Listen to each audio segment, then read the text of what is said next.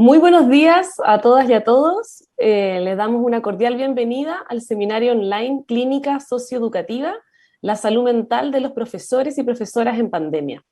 Esta actividad es organizada en conjunto entre la Facultad de Educación de la Universidad Católica y la Escuela de Trabajo Social perteneciente a la Facultad de Ciencias Sociales de la misma universidad. Y es patrocinada por la Vicerrectoría de Investigación de la Universidad Católica para la organización de seminarios interdisciplinarios. Mi nombre es María Olaya Grau, soy académica de la Escuela de Trabajo Social de la Facultad de Ciencias Sociales y hoy me encargaré de conducir esta actividad. Esta actividad es la última de un ciclo de conversatorios y coloquios realizados durante el año 2020 y se enmarca en una actividad mayor titulada Aproximaciones Clínicas de lo Social, una mirada interdisciplinaria, como parte de un trabajo conjunto entre la Escuela de Trabajo Social y la Facultad de Educación. En este sentido, el objetivo de este seminario en particular es fomentar el diálogo entre investigadores e interventores nacionales e internacionales en torno al tema de la salud mental de los profesores y profesoras en contexto de pandemia desde una perspectiva social clínica interdisciplinaria. Nuestro seminario está siendo transmitido vía streaming a través del canal oficial de YouTube de la Universidad Católica y traducido simultáneamente del idioma español al francés. En primer lugar, quiero saludar muy cordialmente a las autoridades que hoy nos acompañan. A la decana de la Facultad de Ciencias Sociales de la Pontificia Universidad Católica de Chile, señora Marianne Kraus. Al decano de la Facultad de Educación de la Universidad Católica, señor Alejandro Carrasco. A la directora de la Escuela de Trabajo Social de la Universidad Católica, señora Liliana Guerra. Y al subdirector de Educación Continua, Extensión y Comunicaciones de la Escuela de Trabajo Social, señor Jorge Fará. Saludamos también a otras autoridades académicas, estudiantiles y de las diferentes instituciones educativas que hoy se encuentran conectadas. Un saludo también a todos los académicos y académicas de ambas facultades, así como también a los profesores, profesoras, directivos, directivas y profesionales de la educación que hoy nos están acompañando virtualmente. Saludamos y agradecemos también a quienes nos acompañan desde otros países. Ya hemos recibido algunos saludos, así que muy agradecidas de que puedan acompañar.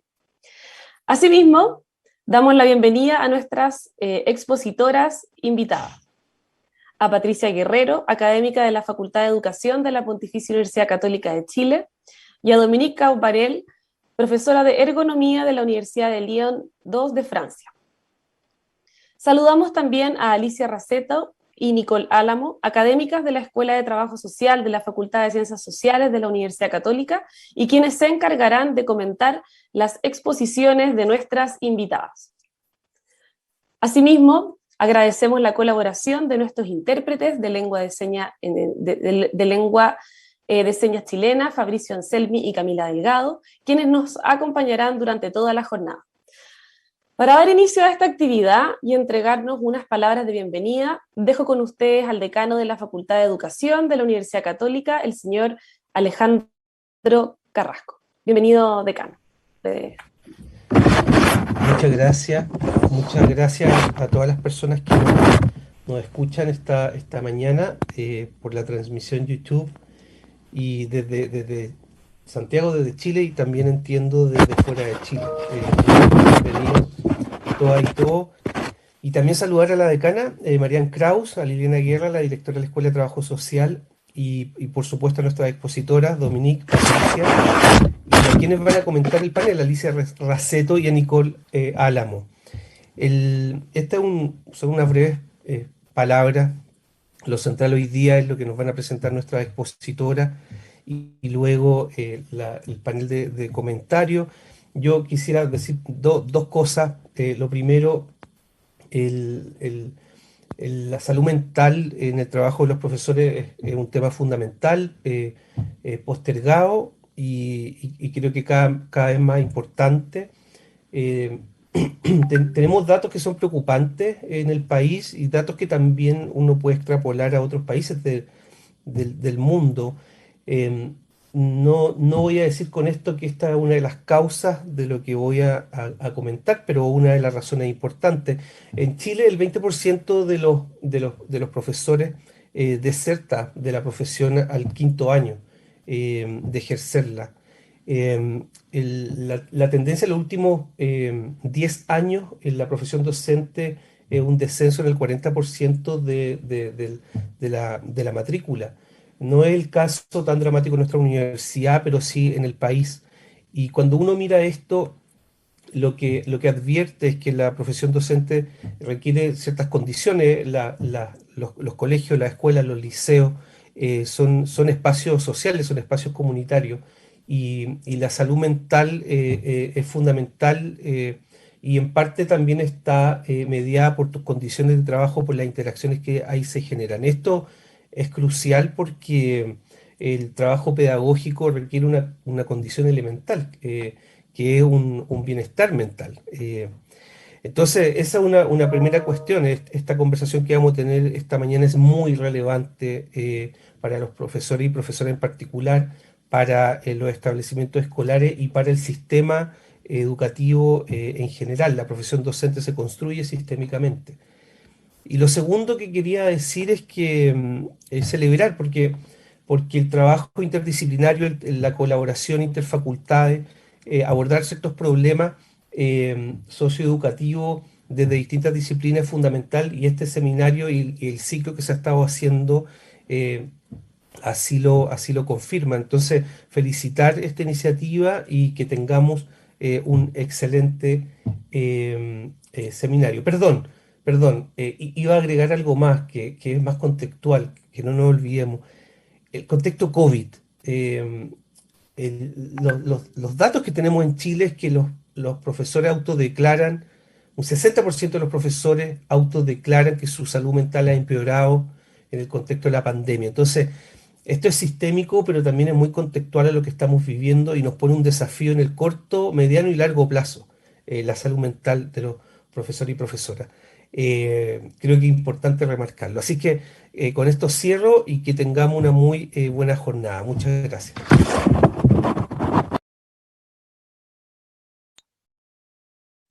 Agradecemos entonces las palabras del decano Alejandro Carrasco. Para continuar, quiero dejar con ustedes a la decana de la Facultad de Ciencias Sociales de la Universidad Católica, señora Mariane Kraus. Bienvenida, decana. Muchas gracias. Estoy muy contenta de compartir con ustedes acá algunas palabras en el inicio de este seminario, Clínica Socioeducativa de la Salud Mental de Profesores en Pandemia, que me parece del todo importante en estos momentos. Saludo en particular también a mi colega decano de la Facultad de Educación, Alejandro Carrasco, a la profesora invitada, Dominique Cobarey, de la Universidad de Lyon, la directora de la Escuela de Trabajo Social, Liliana Guerra, la profesora Patricia Guerrero, de la Facultad de Educación, las profesoras Alicia Raceto y Nicole Álamo, de nuestra Escuela de Trabajo Social, y por supuesto un muy afectuoso saludo también a todas y todas nuestras asistentes que nos están escuchando en estos momentos. Y me gustaría compartir estas palabras, como ya les decía, y con eso también enmarcar este inicio del seminario organizado conjuntamente por la Facultad de Educación y la Escuela de Trabajo Social de nuestra Facultad de Ciencias Sociales, a quienes aprovecho de agradecer por la organización. Han pasado 440 días desde que la pandemia fue declarada como tal. A partir de entonces, la manera de relacionarnos con el mundo exterior ha cambiado, instalándose en nuestro día a día la incertidumbre frente al virus, todavía la estamos viviendo, con cambios importantes en nuestras prácticas cotidianas, sobre todo en la forma de relacionarnos y en la forma como funcionamos en el trabajo, en la familia y en todo orden de ámbito. Si pensamos en las escuelas, el impacto de la pandemia ha sido inmenso. Transformó totalmente, casi como en un laboratorio, las prácticas de enseñanza-aprendizaje, y también ha interferido fuertemente en las relaciones de pares de los niños, trasladando las clases a los hogares y con ello dando un rol nuevo también a los padres, no solo a la tecnología de comunicación, sino que los padres, y por qué no decirlo en muchos casos, a los abuelos en el proceso de enseñanza-aprendizaje. Y por su parte, los profesores y profesoras, técnicos y asistentes de la educación debieron adaptar, y lo hicieron rápidamente, sus clases a esta situación. De hecho, según un estudio de Elige Educar publicado esta semana, el 91% de los profesores ha aplicado nuevos métodos de enseñanza. 91%. Es un porcentaje digno de todas nuestras felicitaciones. Sin embargo, conseguirlo también ha traído un costo para ellos. Si revisamos el mismo estudio, el 81% de los profesores consultados reporta altos niveles de estrés. El 89% percibe mayor carga laboral que antes de la pandemia y solo un 21% afirma que se logró mantener dentro de los límites de su horario para el trabajo docente. Y también un 21% confirma que recibió algún tipo de ayuda o apoyo socioemocional. Sumado a la adaptación curricular, los profesores además han debido mantener activa la participación de sus alumnos en estos nuevos tipos de enseñanza remota y en muchos casos velar porque cada uno de ellos cuente con las condiciones necesarias para estudiar. Y considerando la brecha digital existente en Chile y el contexto de inequidad en términos de acceso, por ejemplo, a computadores, esto no ha sido nada de fácil y ha requerido muchas veces de un apoyo directo por parte de los profesores. Por otra parte, para muchos alumnos, la escuela es el lugar que les brinda el alimento, el espacio para aprender y el sustento socioemocional. Y allí están los profesores en su rol, que va mucho más allá de la enseñanza formal. Todos estos cambios y toda la incertidumbre de volver o no a la presencialidad, sumados al cuidado de sus propias familias, son factores que han puesto en riesgo la salud mental de los profesores en pandemia. Hoy, afortunadamente, crucemos los dedos, los niveles relativamente bajos de la presencia del virus nos han brindado una tregua que esperamos se prolongue lo más posible. Pero los efectos del cansancio, el estrés, la ansiedad, la responsabilidad por otros, la sobrecarga de trabajo y el fantasma de un futuro posible rebrote, por supuesto que son acumulativos.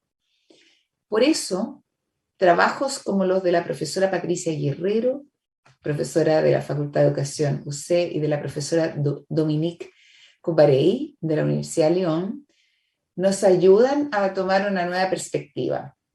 Es de la profesora Guerrero porque nos presenta una manera de cuidar al profesorado a través de la colaboración digital entre pares. Sentir que no estamos solos y que podemos trabajar juntos y juntas es un bálsamo en estos tiempos difíciles. Y es de la profesora Coubarey porque este ámbito de la ergonomía nos permite conocer una investigación longitudinal acerca de las condiciones de trabajo de maestros franceses y el impacto de la renormalización de las escuelas en su salud. Asimismo, los comentarios que tendremos de las profesoras Raceto y Álamo nos brindarán un interesante enfoque desde el trabajo social, que, como he mencionado en otras ocasiones, está en el corazón de nuestra facultad, porque conjuga la excelencia académica con los grandes valores éticos como son la dignidad y la justicia social, en este caso para los profesores y profesoras. Muchas gracias por escuchar esta palabra introductoria y mis mejores deseos para el desarrollo del seminario. Agradecemos las palabras de la decana de la Facultad de Ciencias Sociales, señora Marianne Kraus. Antes de continuar con nuestra actividad, quiero mencionarles que en los minutos finales de nuestro webinar los dejaremos para responder a sus preguntas y comentarios, los que pueden ser formulados a través del canal de YouTube de la Universidad Católica. A continuación, y para dar inicio a las exposiciones, quiero dejar con ustedes a nuestra invitada internacional, la académica Dominique Coubarey, de la Universidad de Lyon 2 de Francia, quien lleva más de 12 años investigando en ergonomía en el campo de la educación. Sus áreas de trabajo se centran particularmente en el tema de la permanencia en la profesión y el final de la carrera, en el contexto de las reformas que afectan a los profesores, a las profesiones docentes. Hoy, la profesora Dominique nos presentará el tema Enseñar en las escuelas primarias durante la pandemia del COVID-19 en Francia, un reto difícil y exigente. Bienvenida, Dominique.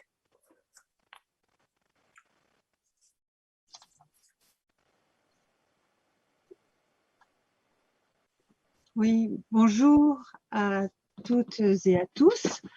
Muy buenos días a todos y a todas. En primer lugar, quisiera dar las gracias a los organizadores por haber invitado a este evento. Y quisiera agradecer especialmente a Patricia Guerrero, que me ha ofrecido la oportunidad de presentarles rápidamente esta charla sobre ergonomía, para poder comentar.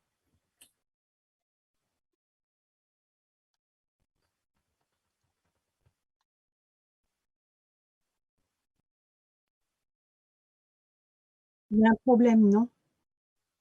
Tenemos un pequeño inconveniente técnico. Continuamos. Quisiera hablarles de la ergonomía. La ergonomía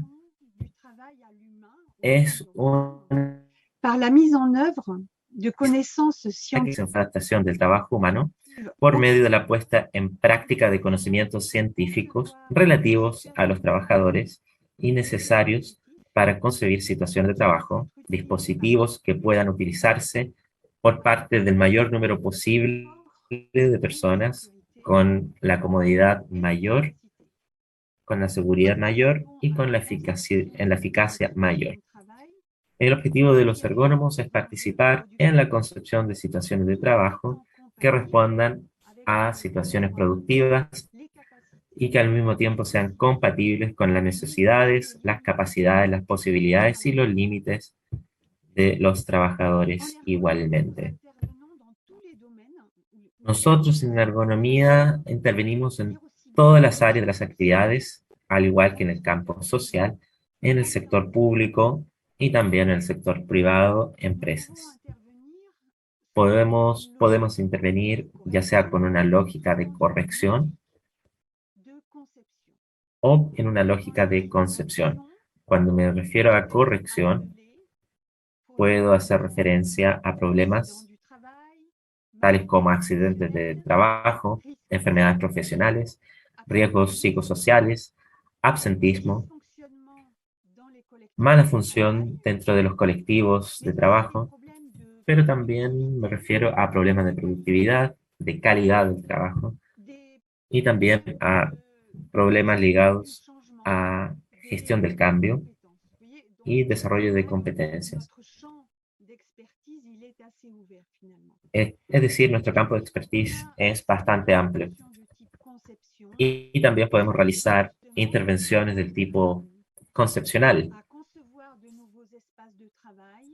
que dice en relación con concebir nuevos espacios de trabajo, crear nuevas líneas de producción y también centrarse en crear una nueva organización del trabajo. Ahora, para realizar este trabajo, nuestro objetivo es estudiar el trabajo en sí, comprender el trabajo para transformarlo y mejorarlo. Para aquello necesitamos un enfoque sistémico y holístico del trabajo, en el que queremos abordar todas las dimensiones del trabajo. Me refiero a las dimensiones físicas, cognitivas, sociales, organizacionales, medioambientales igualmente. Por ende, tomamos en cuenta todo lo relacionado con el trabajo con el fin de ofrecer mejores condiciones laborales para los trabajadores. Ahora, esto presupone, por supuesto, estar mucho in situ, observar y analizar la actividad real del trabajo. Es decir, me refiero al trabajo dentro del contexto técnico y organizacional, para así entender cuáles son las malas prácticas o los malos funcionamientos con el fin de corregirlos o mejorarlos.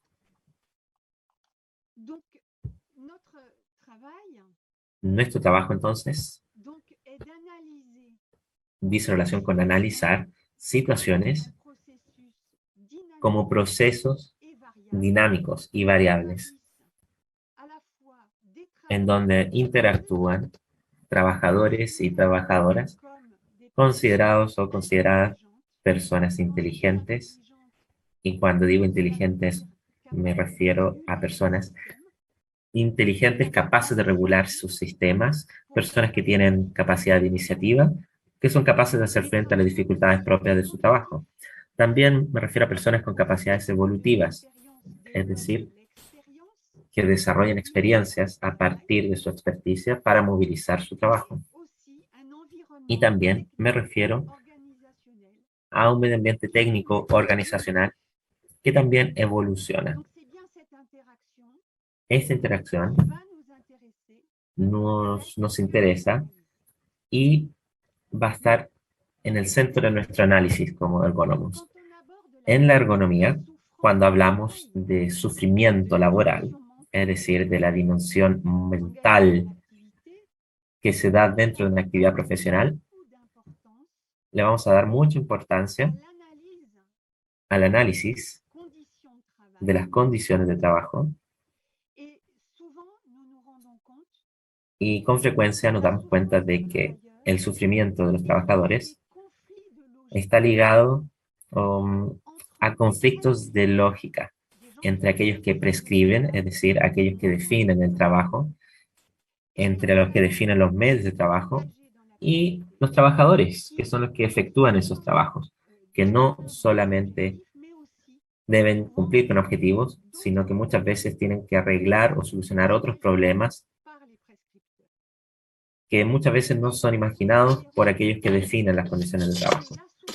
Por ende, nosotros consideramos como ergónomos que la solución al sufrimiento de los trabajadores, especialmente de los profesores, reside en la ausencia, en la interiorización, de debates que no se pueden llevar a cabo dentro de la empresa o la institución.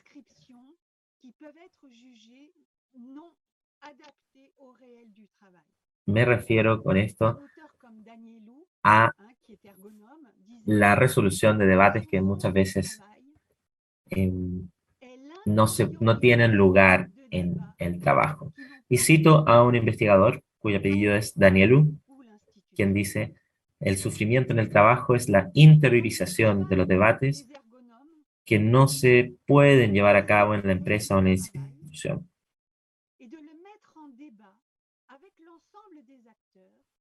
Entonces, nosotros lo que hacemos es generar un debate junto con todos los actores laborales para poder construir juntos, y me refiero a juntos, construir juntos mejores condiciones de trabajo para todos los actores involucrados.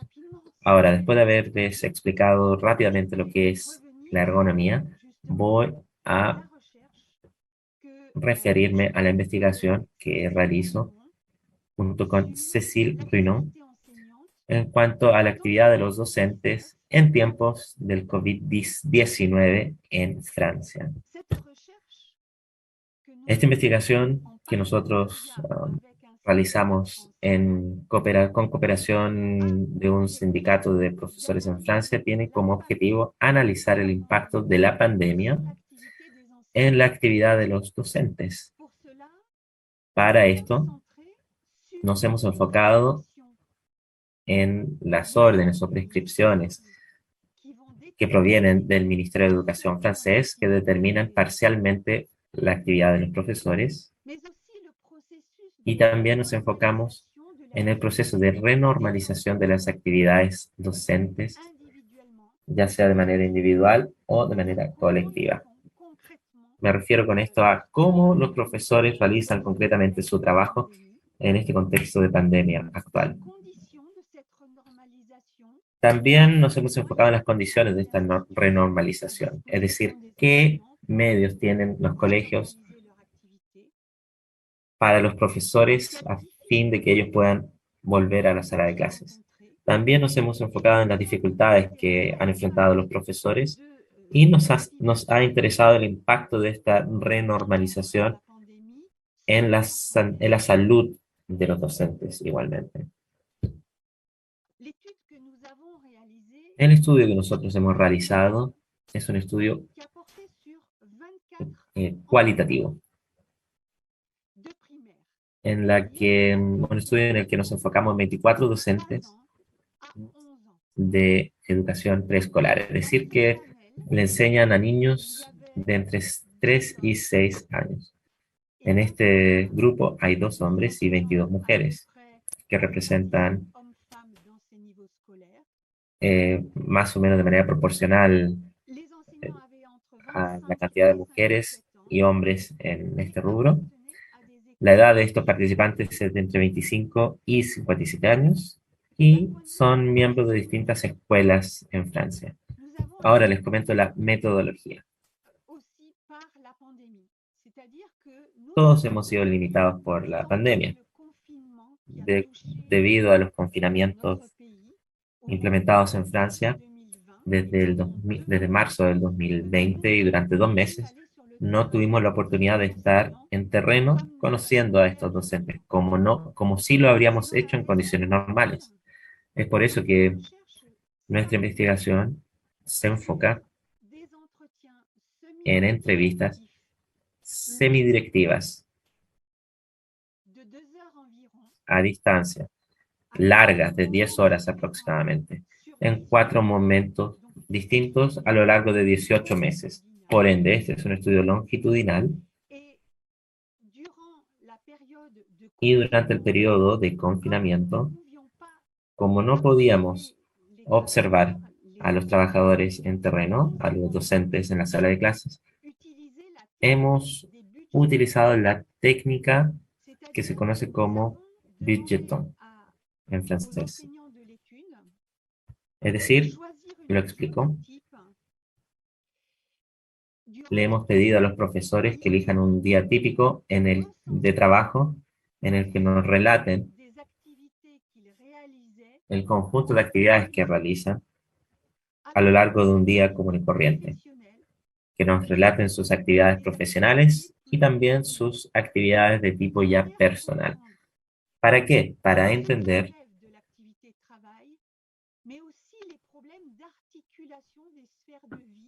cuáles son sus actividades profesionales y cómo sus actividades personales también interfieren, por así decirlo, con la actividad profesional. Si hay alguna consulta sobre la metodología, me la pueden hacer, por supuesto. En Francia, lo que hay que saber es que desde el mes de marzo de 2020, las escuelas han funcionado desde marzo de 2020. Las escuelas cerraron producto del COVID-19. Antes de marzo de 2020, las escuelas funcionaban abiertamente sin ninguna restricción. Y los docentes se enteraron por la prensa el 12 de marzo del 2020 la medida tomada por el gobierno francés de cerrar las escuelas por una duración indeterminada. Y de un día para otro se enteraron que tenían que realizar clases a distancia. El trabajo a distancia se tuvo que confiar rápidamente en 2 meses, porque el 5 de mayo de 2020 se reabrió o se decidió reabrir parcialmente las escuelas. Sin embargo, únicamente para los hijos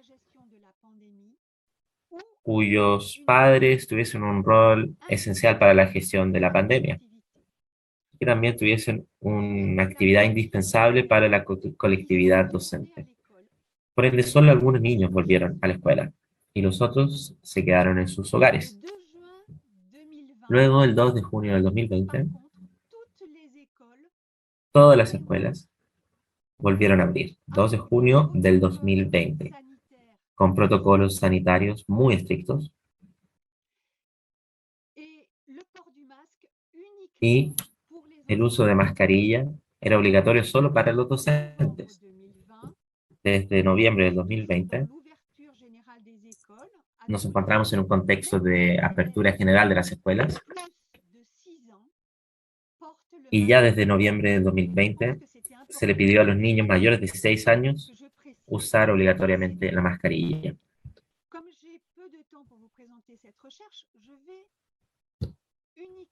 Sé que tengo poco tiempo y solamente voy a enfocarme en el trabajo que nosotros realizamos enfocado en el periodo de confinamiento.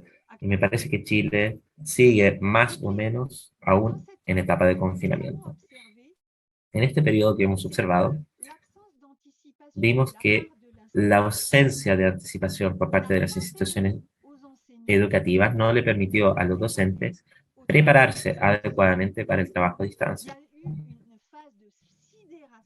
De hecho, hubo una fase que podemos llamar como fase de sideración, es decir, los docentes nunca se imaginaron que en una etapa en particular sus escuelas iban a tener que cerrar. Por ende, se produjo un movimiento de pánico extremadamente importante, con el estrés consiguiente, un efecto sorpresa, un efecto de falta de preparación y sobre todo un efecto de falta de continuidad pedagógica, que fue muy ampliado. ¿A qué me refiero con falta de preparación pedagógica? Bueno, me refiero a que las instituciones no precisaron en absoluto cómo continuar pedagógicamente en tiempo de pandemia.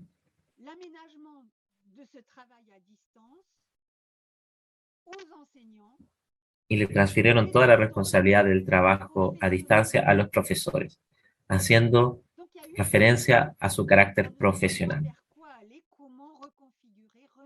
Entonces, los profesores se vieron de un día para otro prácticamente con la obligación de trabajar a distancia sin tener directrices claras. También nos dimos cuenta de que en muchas escuelas no se les hizo llegar ningún material para poder trabajar a distancia junto con sus alumnos. Los profesores se vieron obligados a trabajar con sus propios computadores, con sus propios celulares, que muchas veces tenían que compartir con sus hijos, con sus maridos o esposas, etc. Y los profesores tuvieron que arreglárselas por su cuenta, muchas veces informándose sobre cómo utilizar la tecnología por su propia cuenta.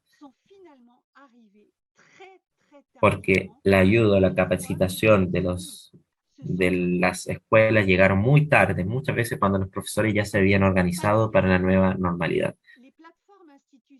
Además, las plataformas institucionales preconizadas por parte de las instituciones educativas para enviar trabajos no funcionaron, porque las escuelas subdimensionaron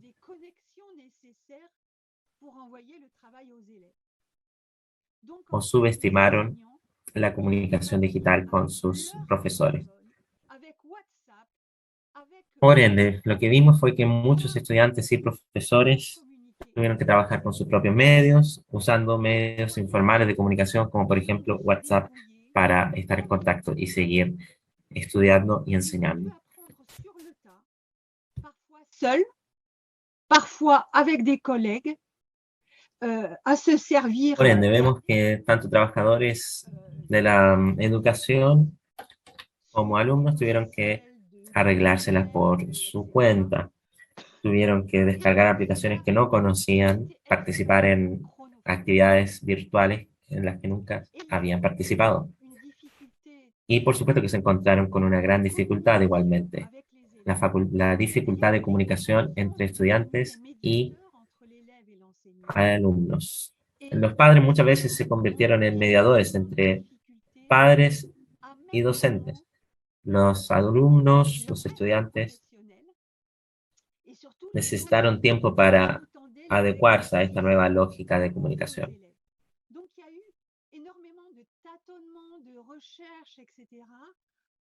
Por ende, hubo una etapa de investigación, de preparación, para poder estabilizar la realidad educativa. Y eso, por supuesto, que preocupó mucho a los profesores e igualmente a los estudiantes y a sus familias.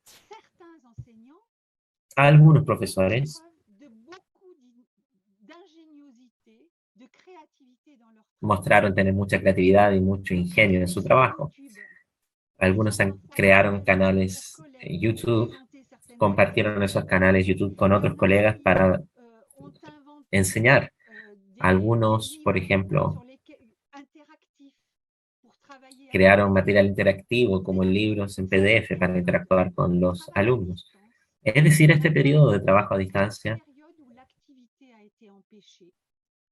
Fue un periodo muy breve en donde se perdió el contacto entre los miembros de la comunidad educativa, porque para algunos este periodo de primer confinamiento fue un periodo en el que pudieron encontrar un espacio de desarrollo personal y también profesional. Y me parece que hay tres factores que han favorecido esta creatividad, este ingenio en el periodo primero de confinamiento.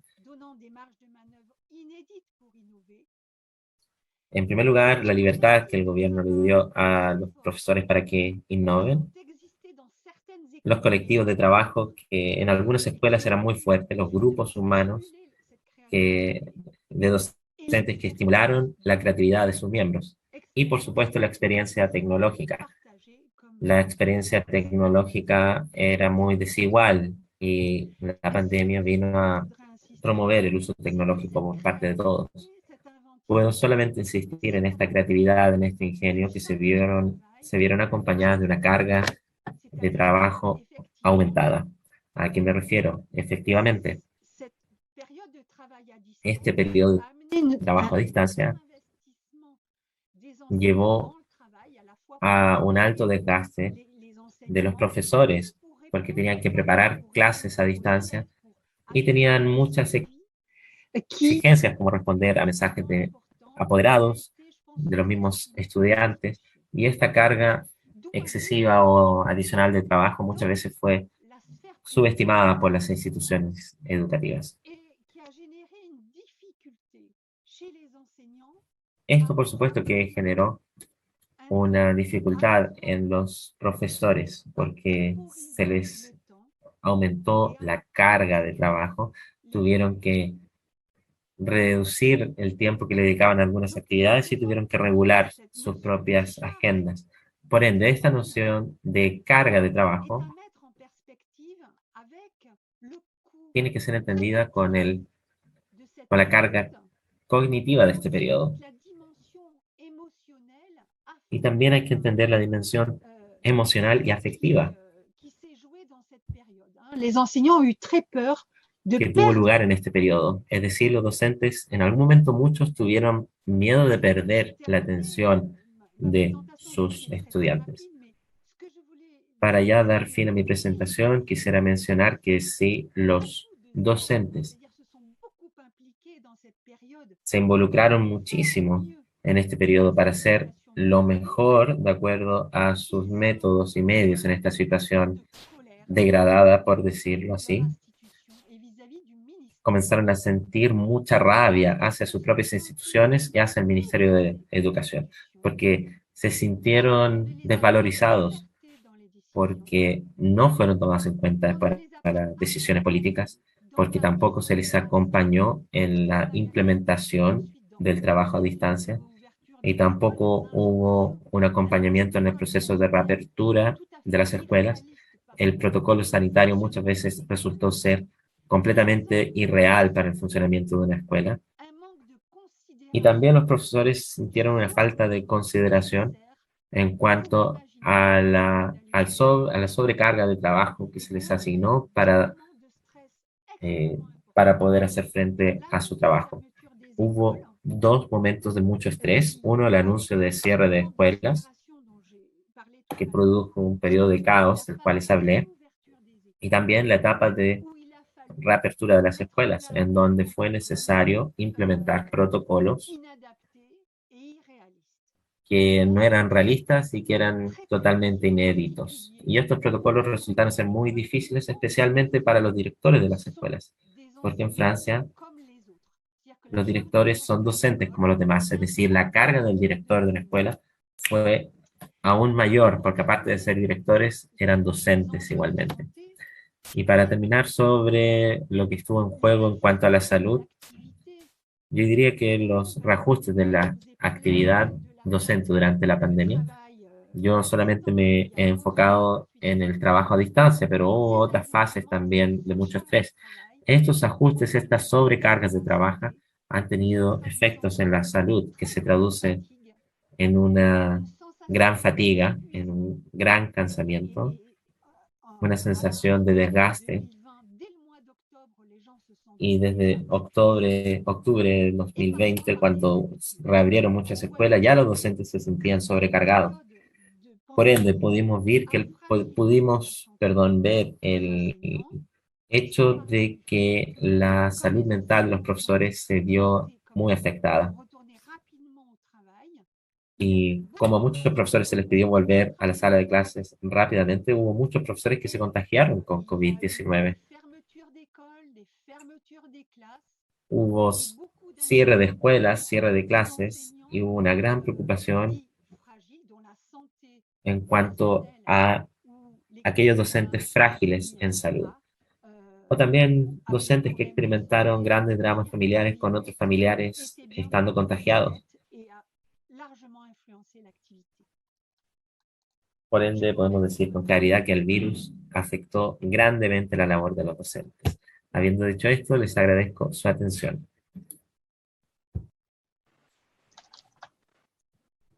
Agradecemos a la profesora Dominique Caubarel por su presentación. Para continuar con nuestro seminario, quiero dejar con ustedes a la profesora Patricia Guerrero, psicóloga de la Universidad Católica, máster y doctora en Sociología de la Universidad de París 7, Denis Diderot, y académica de la Facultad de Educación de la Universidad Católica, y quien hoy nos expondrá el tema Aprendizaje digital entre pares, una forma para cuidar al profesorado en tiempos de pandemia. Bienvenida, Patricia. Muchas gracias, Olaya. Muchas gracias a Dominique. Yo decía que Dominique es una de las personas que son referentes para mí en temas de trabajo docente. La conocí hace un par de años en Canadá y te agradezco mucho que hayas venido a conversar con nosotros. La aproximación ergonómica es una aproximación súper interesante para este tipo de trabajo. Así que merci beaucoup, Dominique, de estar aquí.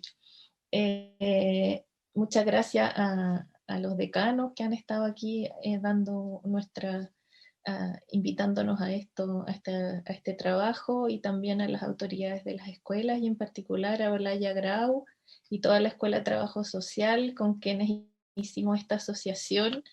Y muchísimas gracias por invitarnos a trabajar en esto. Olaya es la directora de este proyecto de la Vicerrectoría, a Nicole y a Alicia, que nos van a comentar, y en particular a los intérpretes de señas y a los equipos periodísticos y de comunicaciones de la Escuela de Trabajo Social y de la Facultad de Educación, que sin ellos esto no sería posible. Así que muchísimas gracias. Yo quiero agradecer también a Romina Díaz, que es mi coinvestigadora en este trabajo, que ella ha hecho este PPT maravilloso, así que lo voy a compartir. No sé si se ve. ¿Sí se ve? Ya, muchas gracias. Entonces les voy a presentar esta investigación que se llama Aprendizaje digital entre pares. Deme un segundito. ¿Por qué cuidar la salud mental docente? Al igual que Dominique, participo de una red de sindicalistas de latinoamericanos. Ahí están todos los distintos sindicatos y movimientos con los que trabajamos.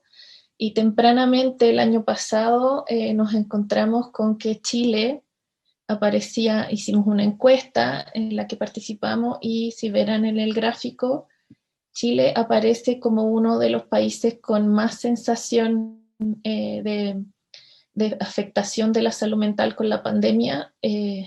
Verán otros países que no estaban tan mal, y nosotros estamos aquí con un alto número de profesores que han afectado mucho, no le ha afectado en absoluto, y tenemos muchos más que en otros lugares, Costa Rica también.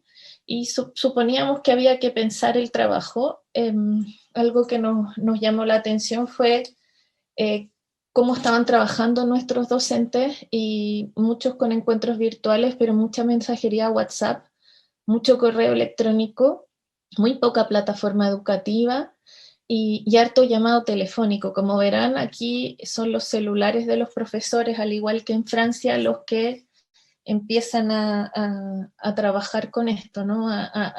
Es absolutamente meterse en la vida privada de los docentes. Entonces dijimos, ¿qué conclusiones podemos sacar de esta encuesta que la hicimos el año pasado? Y aquí agradecer al quien nos ha organizado aquí en Chile, que es Javier Campos, y al principal de la Universidad Austral, y al principal analista del trabajo, que es Juan Pablo Quirós, del CIAE. Y entonces nuestra idea es cuál es la correlación como qué correlacionan con la autopercepción de salud mental más o menos dañada.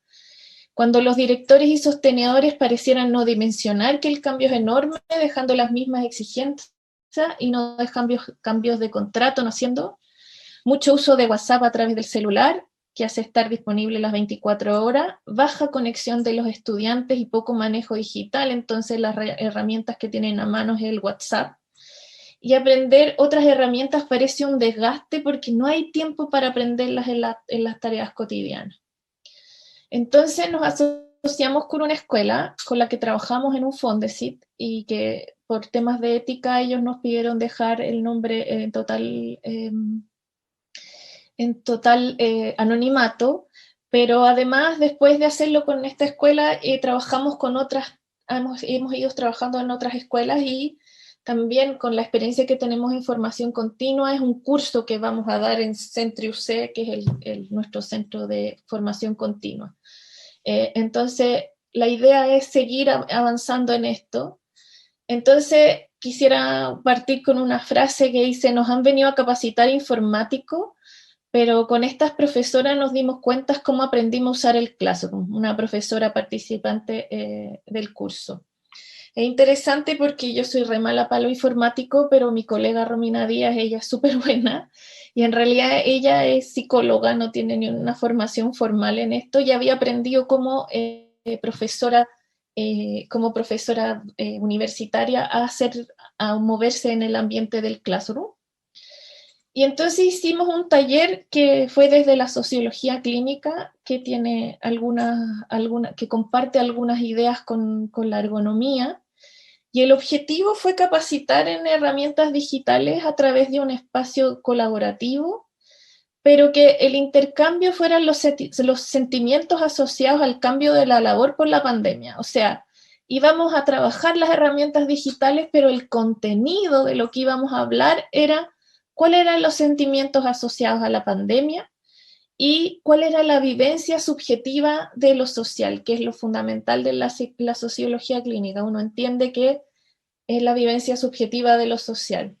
Aquí hicimos una metodología del taller, teníamos 7 sesiones de 1 hora y partíamos con una bienvenida con música, con una actividad de rompehielo, de pizarra de Zoom, votaciones, ruleta online, Google Earth, donde queríamos viajar, el Mentimeter, entre otros, y las preguntas eran: ¿cuán sobrecargados están? ¿Qué les está pasando? ¿Cómo están viviendo la pandemia? Y jugando un poco con ese rompehielo, aprendíamos una herramienta digital, Paddle, Jamboard, y sobre todo empezar a moverse en el Classroom. Y después teníamos un trabajo en grupos pequeños de experimentación. Y el cierre de la sesión con la visualización conjunta de las producciones realizadas en los grupos pequeños. Nunca hicimos plenarios eternos porque no nos alcanzaban 1 hora, solo visualización de la producción y del compartir estas situaciones difíciles a través de las herramientas digitales. Entonces, el rol de la monitor era una asistencia de la exploración de los profesores, una acogida de los comentarios y una retroalimentación de la tarea.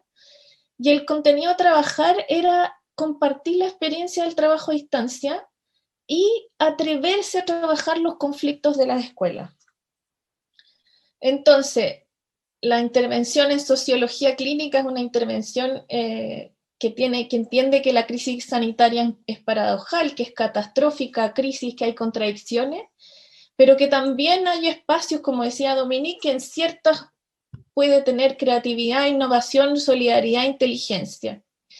Y el malestar en el trabajo se produce por la violencia de no estar atenta a las necesidades de las personas Y también por esto que decían de la prescripción de una tarea, ¿no? Que decía Dominique, en que se subestima lo que de verdad se tiene que hacer. Entonces el desafío era atender a lo sensible, lo experimentado, lo subjetivo. Y aquí la noción de salud mental es de Faita y Soyat, que es un autores que me recomendó Dominique, que la idea es sentirse responsable de los actos. La salud mental en el trabajo no es solo hacer mindfulness y tener tiempo libre, sino estar bien en el trabajo es tener responsabilidad de los actos, sentirse imprescindible, inscribir su marca en la actividad que realiza, y por supuesto que la actividad que te piden, por la que te están evaluando, la que te están prescribiendo, no sea tan distinta a la actividad real. Y aquí el principal problema del trabajo docente, para mi gusto, y por qué estamos en salud mental tremendo, que no me voy a meter ahora, es que la prescripción de lo que tienen que hacer los docentes es muy distinto a lo que hacemos realmente, porque hay una mala concepción, partiendo por el currículum, que ha sido muy, muy limitado, pero efectivamente el currículum es tremendo, y además toda la exigencia de las normativas y las exigencias de rendir en pruebas estandarizadas y todo el control que significa la profesión docente en Chile en particular, uno de los países más neomanageriales de Latinoamérica, y que tal vez por eso pudiera explicar esta tendencia a sentirse agobiado. Aquí lo primero que hicimos, el primer trabajo fue cómo ha cambiado mi rol en la organización. Y aquí pedimos dibujar el rol, se fotografía y se conversa en grupo y se ponía en el Padlet, una herramienta que a nosotros por lo menos muy interesante. Segundo, un trabajo con herramientas teatrales, bajo este subterfugio, cualquier parecido con personas o situaciones reales existentes es mera coincidencia. Hicimos un radioteatro construido a partir de los principales conflictos y trabajamos el Jamboree a partir de eso. Después los desafíos organizacionales para mejorar la tarea docente, y aquí fue ¿por qué estamos con estos problemas que teatralizamos? Y aquí analizamos la organización, los valores, la estructura, el material, y por sobre todo cuáles eran las prescripciones ministeriales y si tenían el tiempo para hacerse cargo de eso. Y después armamos unas microexperiencias para la acción, grupos de apoyo, que aquí mi equipo de gestión de aula, donde yo hago clase, ha sido fundamental.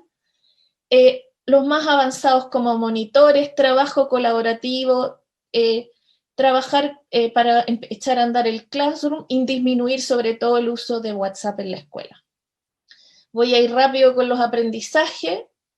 Lo primero es que la alfabetización digital docente ha sido individual fundamentalmente y colectiva, muy poco. Entonces dice, no basta con tener un celular, no basta con prender y apagar los aparatos, decía una profesora, se necesita más que eso, y esto no puede ser individual. Es más fácil cuando es derechamente colectivo.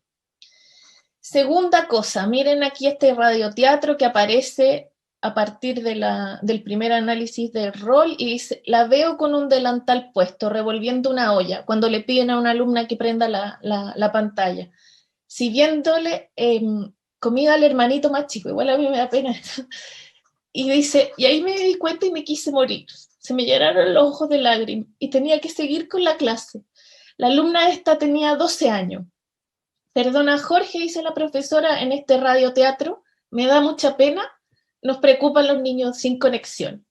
Y aquí el problema de la desigualdad y de acceso a la tecnología no es un problema solamente, no es un problema que les da tristeza, ¿no? Es que de verdad es tremendo ver la realidad de la mayoría de las escuelas chilenas, y esta familia era en particular migrantes sin ninguna red. Entonces estamos en una situación de que ¿cómo voy a hacer clases en internet con algunos si tengo a la mitad que no está conectado? Aquí el tema del error y la incompetencia, y el tema de que es muy difícil, que el aprendizaje no es lineal en el tema de de la tecnología, doy 2 pasos para adelante y 2 para atrás, pero muchas gracias, lo logré y me dieron ganas de seguir explorando. Aprender no es solo enseñar, es estar ahí y acompañar, como lo hizo Romina, y aprendí también yo muchas cosas. Y después, la paradoja del tiempo sobre lo digital. Aquí hay un diálogo. Dice primero, no quiero estar mal en esta silla, me está matando. Y dice, si aprendo a usar el Classroom, ¿puedo dejar de usar WhatsApp? Sí, pero tiene que aprender a usarlo bien. Tienes que invertir tiempo. ¿Y en qué minuto exploro esas herramientas entonces? Entonces es aprender más para poder trabajar.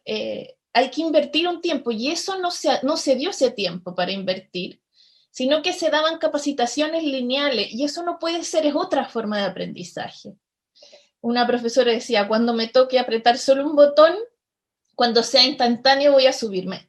La tecnología es tremenda y no se le dio el espacio. Y por último, el tema de la catarsis, que es importante trabajar, ahí lean, es que es importante trabajar el conflicto en la escuela. Aquí hay una estigmatización de la queja de los profesores. Aquí si no partimos del conflicto, no partimos de las dificultades, no vamos a estar dando cuenta de las dificultades. Entonces hay que dar un espacio para la queja, para los conflictos, para el sufrimiento, para el dolor. Hay que aprender colectivamente con creatividad y con sentido del humor. Hay que develar esta brecha entre el trabajo prescrito y el trabajo real. Hay que responsabilizar a los actores educativos, el ministerio, los directivos, los sostenedores, la familia y los docentes. Yo aquí quiero ser bien clara. Aquí no han tenido los docentes, no tienen la percepción de haber sido acogidos para tener todos los niños conectados a internet. Llevamos mucho tiempo y esto, como verán, no es solo un dolor, no es solo que se sienten que están con problemas, se sienten que la desigualdad chilena del sistema educativo hace que estamos en una desigualdad y que tenemos que mejorarlo. Aquí no se puede hacer como que no pasa nada, aquí está pasando algo grave y hay que tomárselo en serio, hay que pensarlo, hay que trabajar y hay que dar espacio para esta reconceptualización del rol. Y ahora con la presencialidad vuelve también la reconceptualización del rol. Muchas gracias.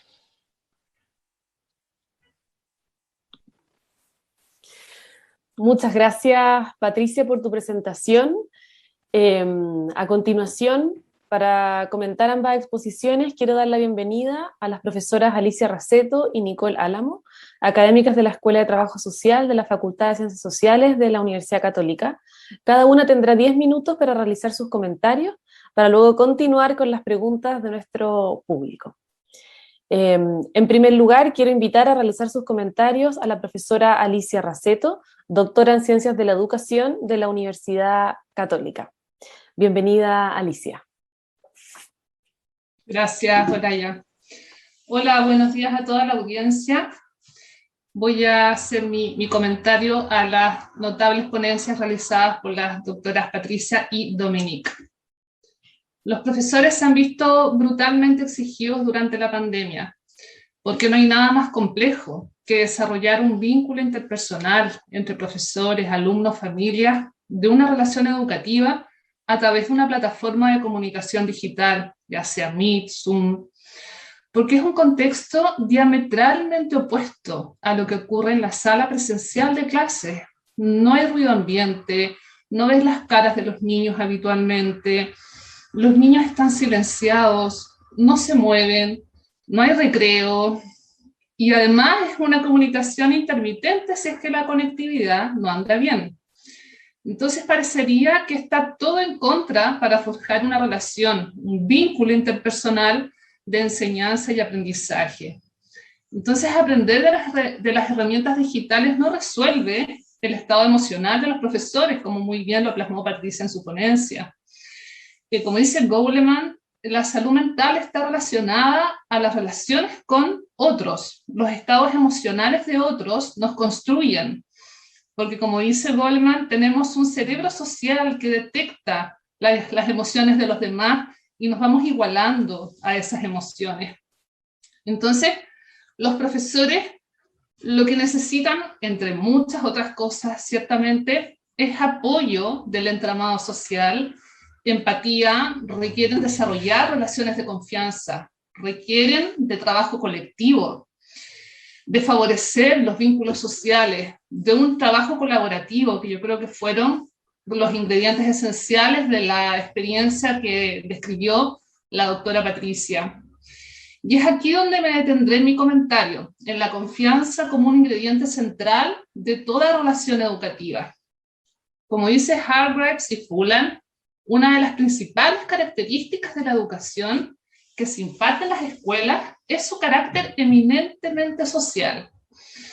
La educación se desarrolla a través de relaciones sociales entre los distintos actores que componen el establecimiento, los estudiantes, los profesores, los paradocentes, los apoderados y los directivos. Y como dicen estos autores, la educación tiene lugar en el seno de grupos sociales que interactúan, que se comunican, y entre los cuales pueden generarse incluso lazos de amistad. Entonces, la organización escolar es una red de relaciones sociales, como dice Jackson. Y la labor de todos, particularmente la de las familias, profesores, equipos directivos, como hemos visto en esta pandemia, se encuentra ligada y es altamente dependiente y vulnerable a la del otro. Y esto lo dicen dos autores que son Brick y Schneider. La dependencia en esta relación se origina producto que para lograr el objetivo de la educación, el trabajo de un profesor se ve condicionado por el que realizan los demás docentes en términos del aprendizaje que logran los estudiantes de ciclos anteriores. Y a la vez, como hemos visto en la educación virtual, ¿no es cierto?, el trabajo de un profesor también se ve condicionado por el apoyo que brinda a las familias, a sus hijos desde casa. Entonces hay una gran interdependencia por la naturaleza de la función que cada uno tiene dentro de los establecimientos educativos. Entonces, que en contextos de tan visible interdependencia entre las personas como son los escolares, es funcional a la efectividad de los mismos el que la confianza sea cultivada y que todos los miembros de la organización se vean como responsables de ello, en especial los directivos. Pero en un contexto de crisis sanitaria como el que hemos vivido durante el último año y medio, de crisis sociopolítica y una crisis importante de salud mental, las presiones que llegan a la escuela, como el uso de las herramientas digitales, se suman a las presiones ya existentes, que eran múltiples y variadas, afectando brutalmente el trabajo de los profesores y su propia salud mental. Entonces, por ello es que las relaciones interpersonales que se forman, y es por eso que todas estas experiencias que se realizan en las escuelas, como las que describió Patricia, se convierten en pilares que sustentan la posibilidad de procesar esas presiones. Según Goddard, las instituciones sociales dependen diariamente de la calidad de las relaciones interpersonales de quienes la conforman. Y cuando están caracterizadas por la confianza, las relaciones entre profesores, familias y directivos se constituyen en los cimientos de la organización escolar, que permiten desarrollar, a mi juicio, un proceso sostenible de cambio, asentado en el vínculo social entre quienes forman parte de la organización. Y entonces se puede comprender así que las relaciones interpersonales entre los actores de la escuela pueden ser facilitadores de los procesos de mejora de funcionamiento escolar, y por eso es que las experiencias de esa naturaleza, como las que vimos hoy en este seminario, son tan importantes. Y es aquí entonces donde aparece como un recurso de especial interés, como una cualidad de vital importancia, el concepto de la confianza, y en particular el de la confianza relacional, ya que postulan dos autores que son Brick y Schneider.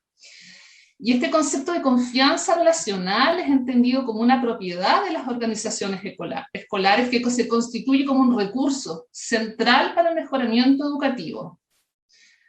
La confianza puede asumir tres formas: la confianza orgánica, la contractual y la confianza relacional. La orgánica es aquella que opera cuando los individuos creen de manera incuestionable en una autoridad moral de una institución social.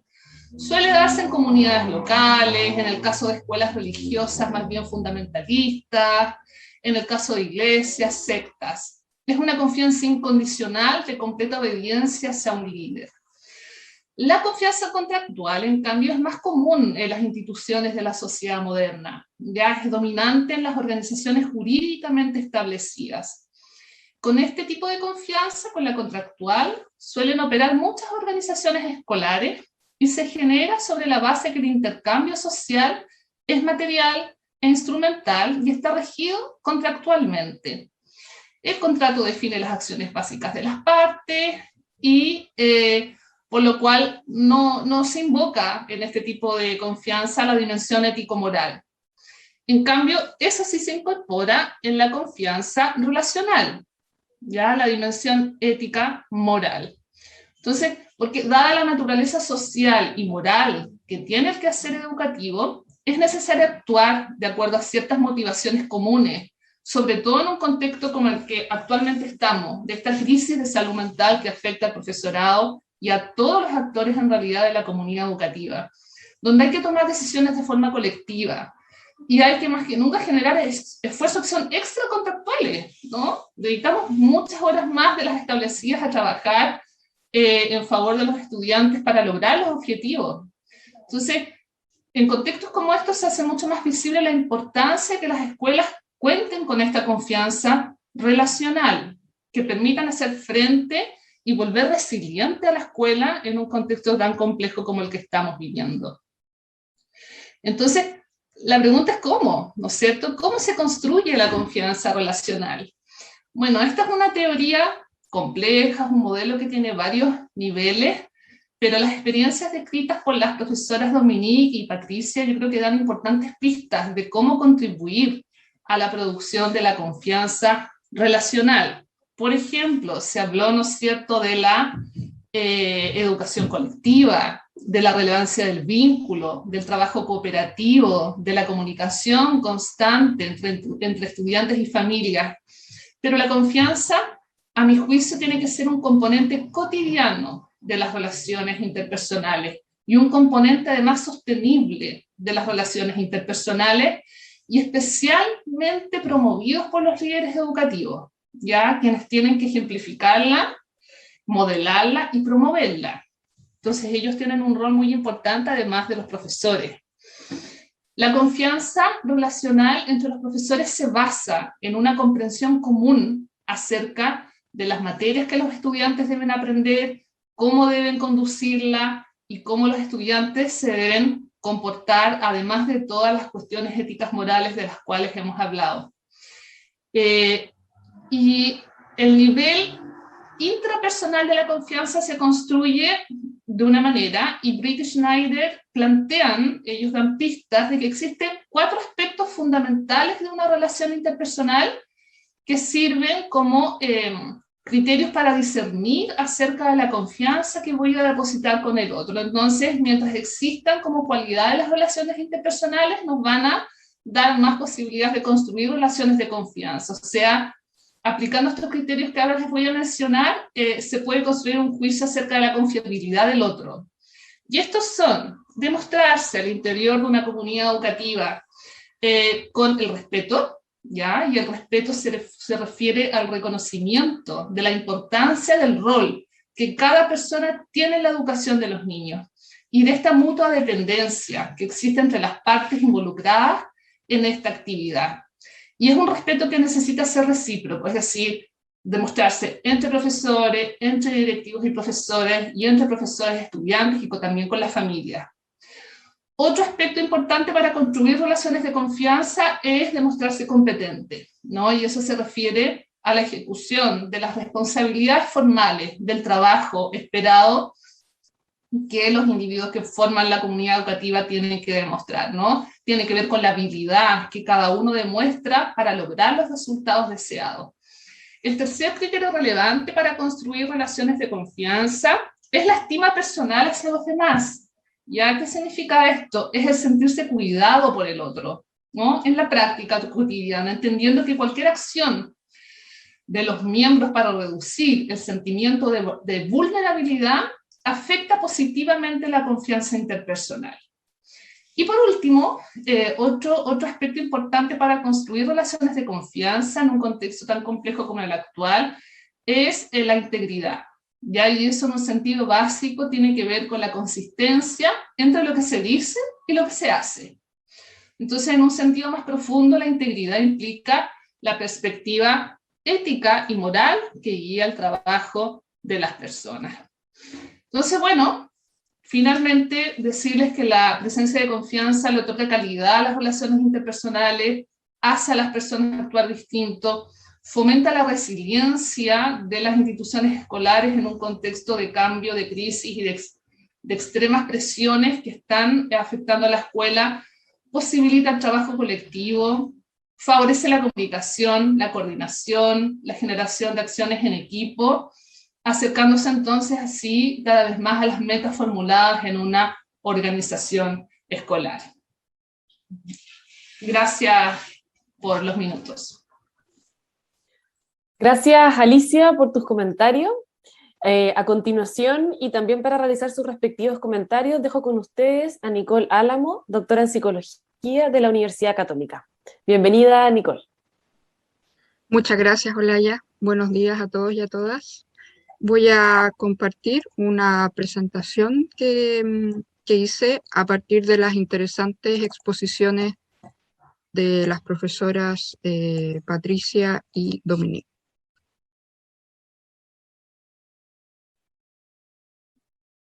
¿Se ve bien?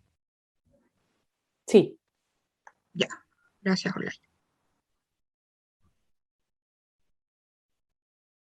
Entonces, para comenzar, yo quisiera compartir con ustedes algunos datos de encuestas, de distintas encuestas que se han hecho relacionadas con la salud mental de los profesores. Y, por ejemplo, esta encuesta de Elige Educar nos muestra que el 77% de los profesores manifiesta estar entre estresado y muy estresado. Y estos resultados además dan cuenta de un alza de un 24% respecto del primer estudio que se había hecho en mayo. Esto es del año pasado, del 2020. Por lo tanto, esto deja en evidencia de que el estrés, lejos de disminuir a medida que avanzaba la pandemia, fue cada vez aumentando. Pero además del estrés, se observa que 87% de los profesores padece agobio o tensión, 83% sufre alteraciones del sueño, 72% dificultad para disfrutar de sus actividades diarias, 67% siente disminuida su felicidad y 62% experimenta falta de concentración. 44% reporta síntomas que pudieran dar cuenta de la presencia de psicopatología. Pero además se observa, además de este desgaste extremo, se observa que solo el 6% de los profesores encuestados siente total compromiso y pasión por la labor que están realizando. Otro estudio demuestra que el 84,5% de los profesores manifestó tener un alto desgaste emocional, 80,3% dice sentirse agobiado, 84,7% cansado físicamente, 53,6% expresa sentirse entre frecuente y muy frecuentemente saturado por el trabajo, mientras que 85,4%, y esto lo vamos a retomar al final de mi comentario, manifiesta sentirse ilusionado, pese a todo, sentirse ilusionado por el trabajo que están realizando, y 93,3% piensa, desde a veces a muy frecuentemente, que su trabajo sigue representando un reto estimulante. Finalmente, este otro estudio da cuenta de la presencia de sintomatología importante en términos de estrés, de frustración, de angustia e impotencia, pero también síntomas asociados a la ansiedad, el insomnio, la irritabilidad, el aumento del apetito y el desánimo. Todos síntomas asociados ya sea a trastornos ansiosos o trastornos en el ámbito de la depresión. Pero además se observan ciertas diferencias en los resultados según la dependencia de los establecimientos.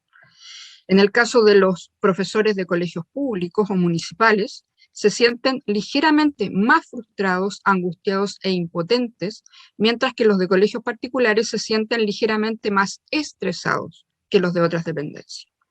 Y lo que nos presentaron Patricia y Dominique nos permite entender y dar algunas luces respecto de estos resultados. Sin embargo, en lo personal me llamó poderosamente la atención, más que los resultados de estas encuestas que uno pudiera decir eran esperables, me llamó la atención los comentarios que uno puede encontrar como post de estas publicaciones de la prensa. Y encontramos frases como esta: flojos y mediocres. No soy profesor, pero no corresponde, viejo. Esto en respuesta a alguien que le recrimina a esta persona que acaso es profesor. Mediocres y flojos. Otro dice, es un chiste, agotadísimos, descarados. Algunas veces para ejercer esta profesión se requería más que tener hambre, tener vocación. Otro dice, un par de horas de clase y están agotados y sin traslados, en herramientas computacionales súper pobres, es decir, además increpa a los profesores por la falta de manejo computacional.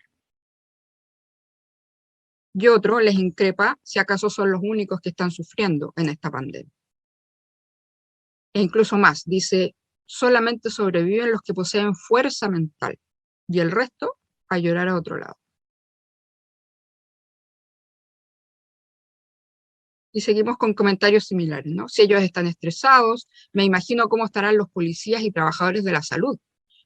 Pareciera ser que solamente ciertas profesiones tienen derecho a deprimirse o a angustiarse, y solamente aquellos que están lidiando con la pandemia en términos de salud.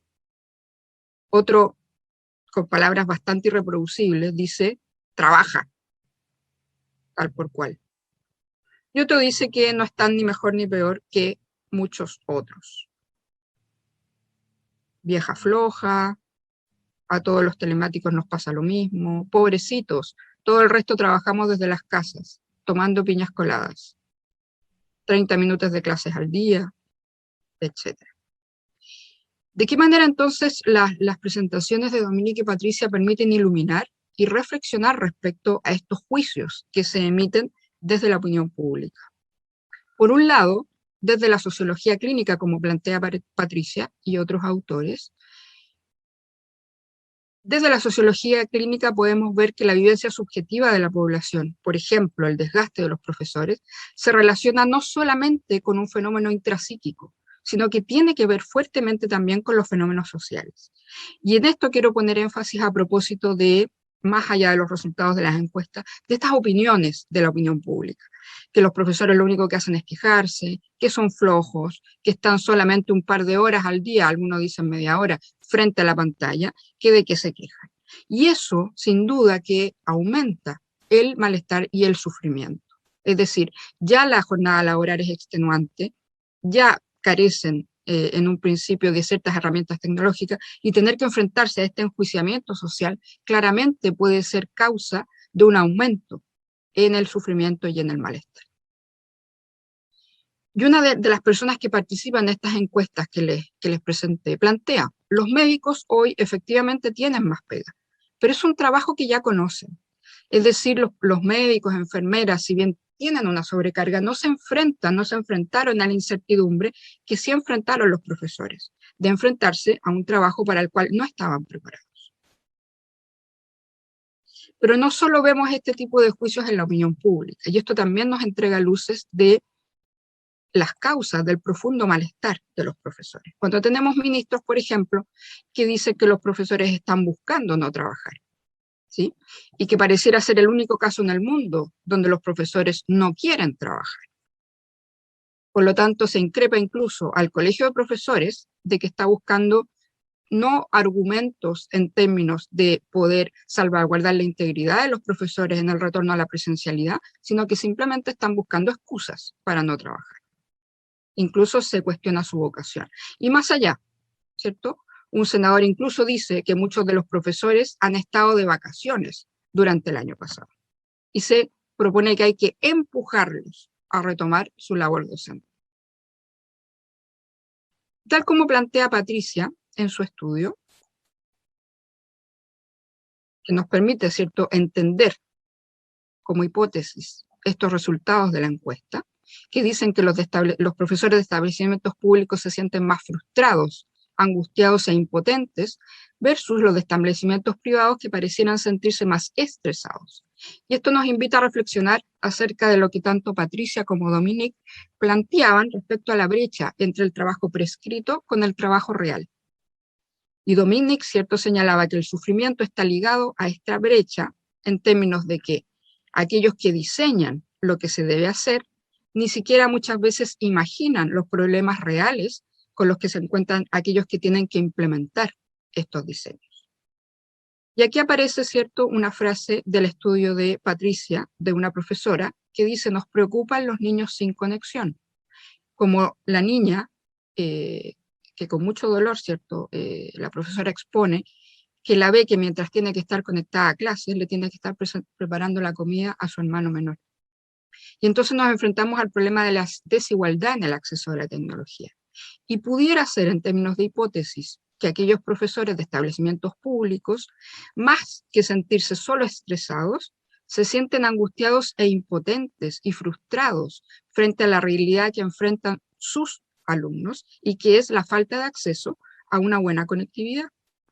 Por lo tanto, aprender herramientas que ellos saben no van a llegar a todos, sin duda que aumenta esta sensación de impotencia y de angustia.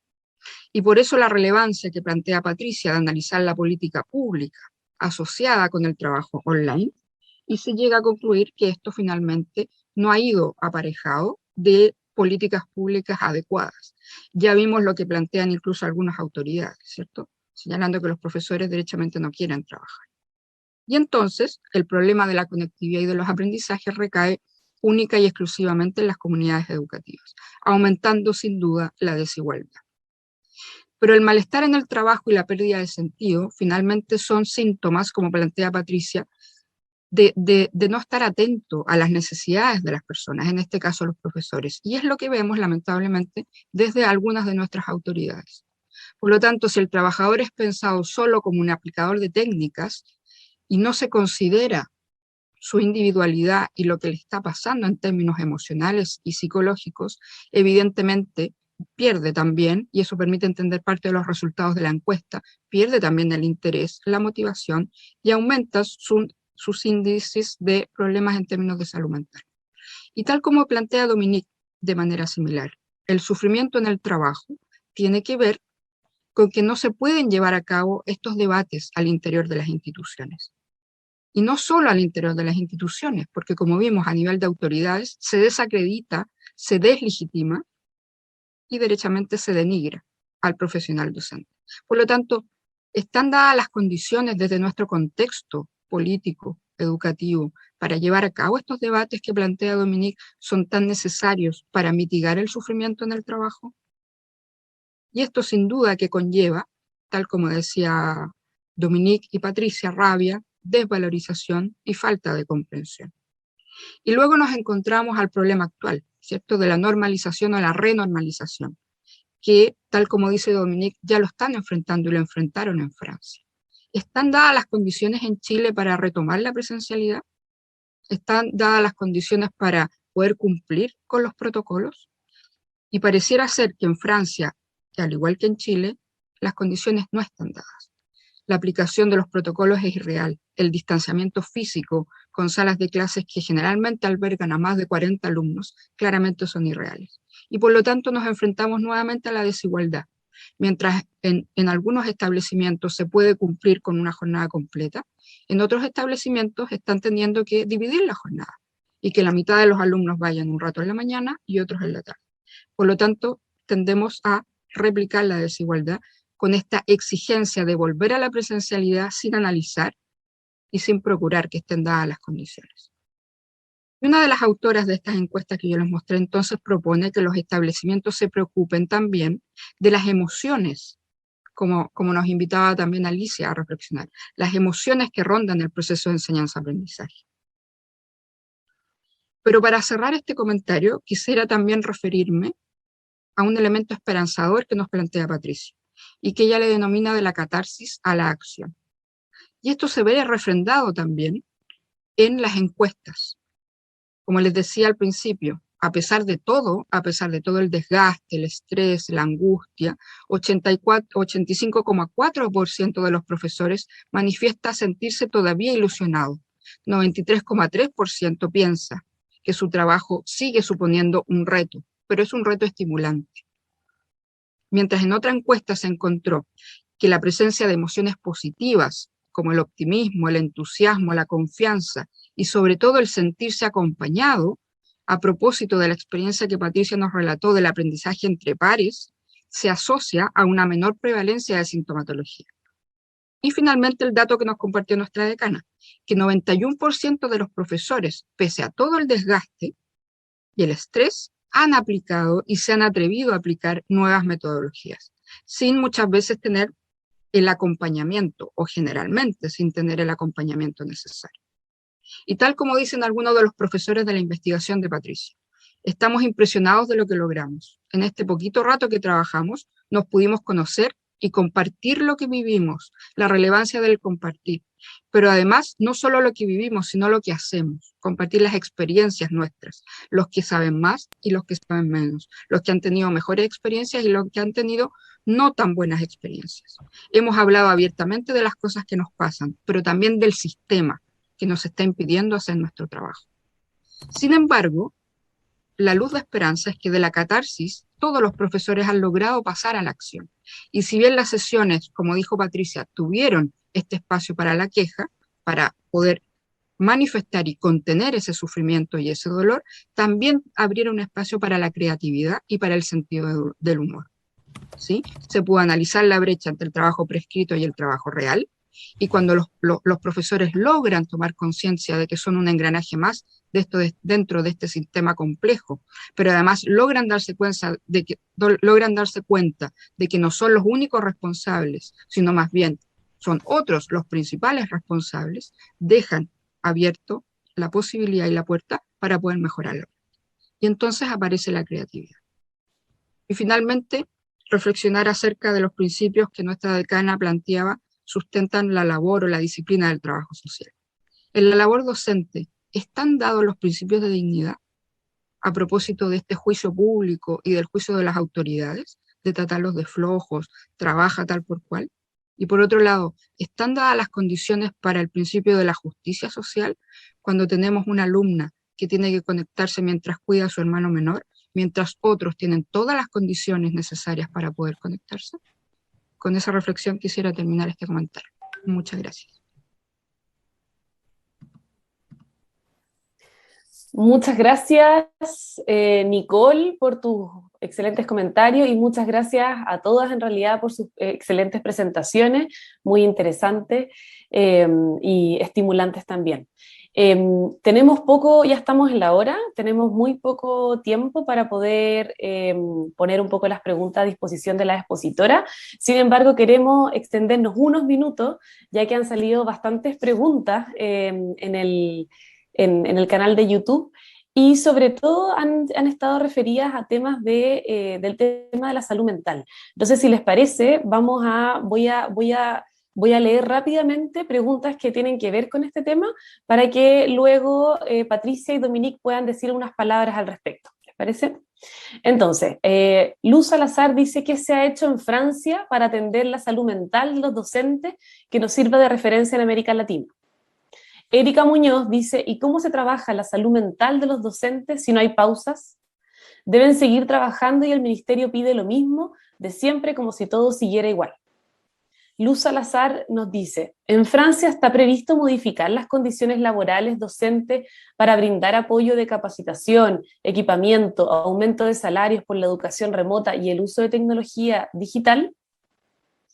Gladys Pastén también nos pregunta: ¿cómo aplicamos un buen plan de acción para mitigar los riesgos psicosociales?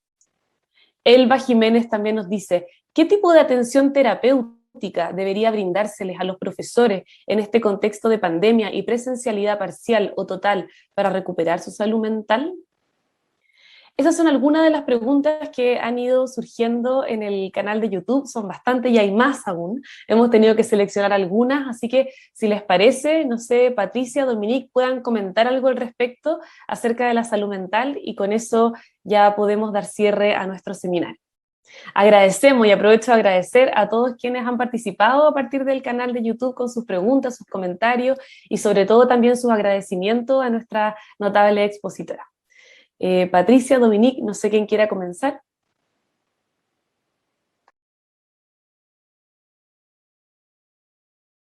A mí me gustaría darle el paso a Dominique. Escuchemos a Dominique entonces y después... Dominique. Donc, comme je le disais tout à l'heure, Como lo decía en mi presentación, trabajo con un sindicato en Francia y no pudimos finalizar nuestro trabajo, pero sí realizamos intervenciones en distintas regiones de Francia con el objetivo de volver a darle la palabra a los profesores en relación a las pruebas que han enfrentado. Y lo que yo intento realizar al trabajar con colectivos educativos es ayudar a los profesores para que puedan reflexionar sobre el futuro de su profesión. Es decir, cómo esta experiencia que están viviendo les permite descubrir nuevas realidades. Por ejemplo, cómo pueden ser actores de su propia profesión en base a lo que están aprendiendo, sin simplemente esperar órdenes. Permítanme insistir en esta dimensión. En Francia, la reapertura de las escuelas ya lleva bastante tiempo, es decir, desde el 2 de junio del año pasado. Las escuelas llevan mucho tiempo abiertas. Sin embargo, las escuelas no han tomado el tiempo necesario para reflexionar o analizar la evolución de la actividad docente. Es decir, se continúa trabajando sin realizar esa reflexión necesaria. La reapertura de las escuelas conllevó a muchas dificultades y no se tomó en cuenta del todo la experiencia docente.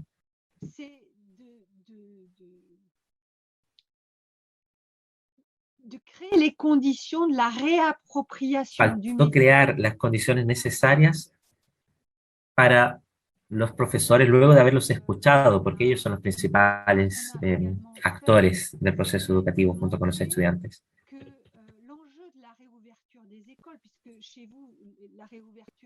Entiendo que la reapertura de las escuelas todavía no se ha realizado por completo en Chile, pero la reapertura depende de los grupos de profesores locales. ¿A qué me refiero? Los docentes tienen que ser parte de los debates. Junto con las instituciones, los profesores tienen que tener una injerencia en los protocolos sanitarios, por ejemplo. Las escuelas también deberían tener cierta libertad para implementar sus propias estrategias y no someterlo todo a un gobierno central. Lo que se trató de hacer en Francia fue ver cómo fomentar un diálogo para mejorar las condiciones de las actividades docentes. Nuestra investigación nos mostró que era necesario realizar instancias de diálogo, de reflexión, y no tan solo trabajar sin pausa.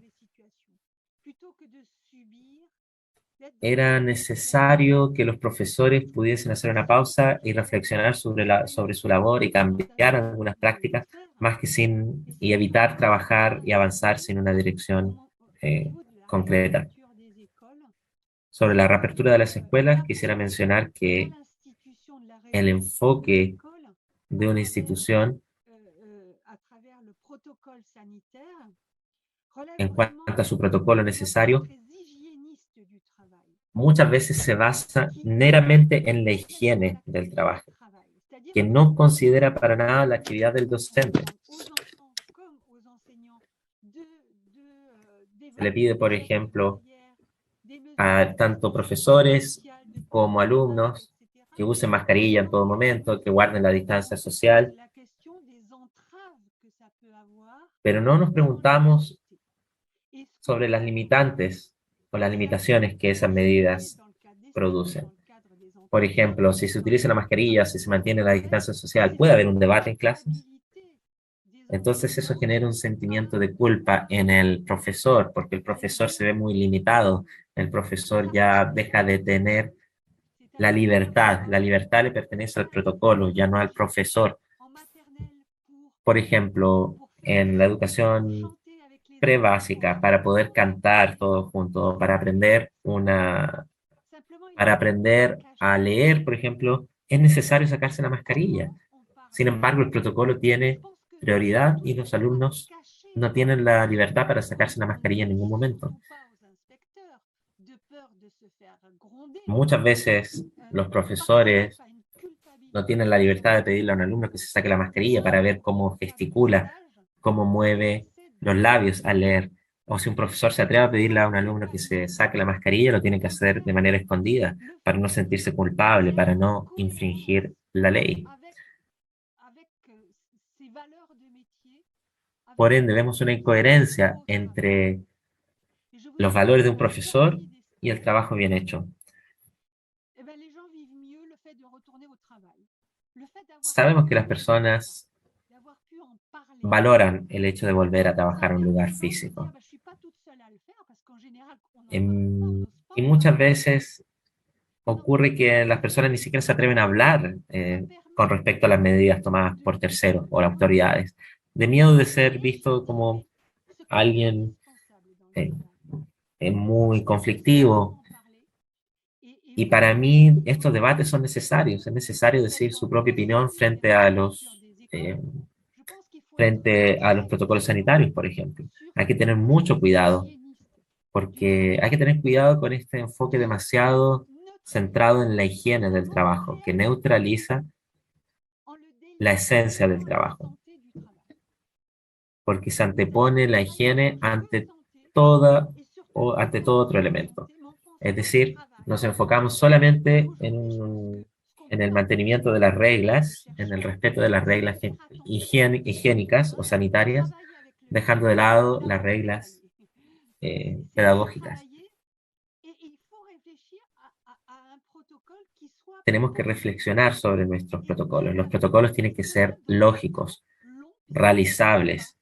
Sabemos que vamos a tener que usar un protocolo por mucho tiempo, pero tienen que ser protocolos reales, lógicos y que puedan ser realizables. Patricia, te cedo la palabra. Sí. Me parece que estoy totalmente de acuerdo contigo sobre el tema de la aproximación higienista, que nos toca no solo a los profesores de las escuelas, sino también a los profesores de la clase universitario y a todos los que enseñamos. Esto de entrar, lo que significa entrar, ver si el alcohol gel está disponible, si es que tenemos todo, eso va transformando el oficio y implica una intensificación del trabajo que yo creo que tenemos que también ponernos, entender que se está intensificando enormemente nuestro trabajo y para qué decir de las clases híbridas que implica reinventarse nuevamente como profesor, y yo creo que es interesante eso, es muy interesante eso que nos planteas de pensar el trabajo, ¿no? De pensar qué significa trabajar en estas condiciones, darle un espacio a aquello que estamos haciendo un poquito de trampa, ¿no? Es decir, estamos ahí tratando de conciliar esto, y en el fondo, ¿cómo lo hacemos para poder salir de esto? Yo creo que mi decana dice, nadie está obligado a lo imposible. Y yo creo que eso para mí ha sido muy interesante, porque en la medida que uno no está obligado a lo imposible, está obligado a lo posible. Y esa investigación de qué es lo posible en cada realidad es distinto. ¿Qué es lo posible en esa escuela donde les muestro el caso de la niña? Es muy distinto de lo posible en un colegio privado. Y ahí está la pregunta que hace Nicole y que me parece tan interesante. ¿Es digno? ¿Es justo? Y que son lo que nos invita el trabajo social a preguntarnos. uno puede seguir discutiendo más, pero me imagino que estamos en la hora, así que agradecerle a los comentarios, cómo construimos confianzas relacionales y cómo pensamos la justicia, como nos decían Alicia y Nicole. Me parece tremendamente importante. Muchas gracias, Dominique, por estar aquí. Nos trae bienes del futuro, porque no solo de otro país, porque ya ustedes implementaron el tema de las clases presenciales. Ahora nosotros tenemos que pensar cómo lo vamos a hacer y si podemos hacerlo mejor, cuidando a nuestros profesores y profesoras. Y por favor, borrando esos chats que son tan innecesarios, ¿no? Así que eso. Para nuestros estudiantes ha sido tremendo. Bajamos una cantidad la matrícula para profesoras básicas y yo creo que la gente que escribe esos mensajes no se da cuenta el daño y la merma de la estima social que hace cuando hace eso. Jorge estaría muy interesado en este tipo de la falta de reconocimiento de la comunidad hacia quienes están haciendo una tremenda labor. Así que muchísimas gracias y muchas gracias, Dominique, por haber venido a ayudarnos a pensar este trabajo. Bueno, gracias Patricia, Dominique. En honor al tiempo, lamentablemente tenemos que ya dar cierre a esta actividad. Y pues bueno, estamos finalizando entonces este seminario, Clínica Socioeducativa, la salud mental de los profesores y profesoras en pandemia. Agradecemos la participación de todas y todos quienes nos han acompañado de manera virtual en este seminario, especialmente también no solamente a nuestras académicas y expositoras, sino también a quienes nos acompañan desde otras latitudes, ¿verdad? Del mundo, otros países, otras ciudades. Así que muchísimas gracias por ello, a nuestras autoridades, a las comentaristas y bueno, por supuesto a todas y todos quienes hoy nos han estado acompañando por las diferentes redes sociales y la plataforma web. Esperamos volver a encontrarnos en una próxima oportunidad. Muy buenas tardes.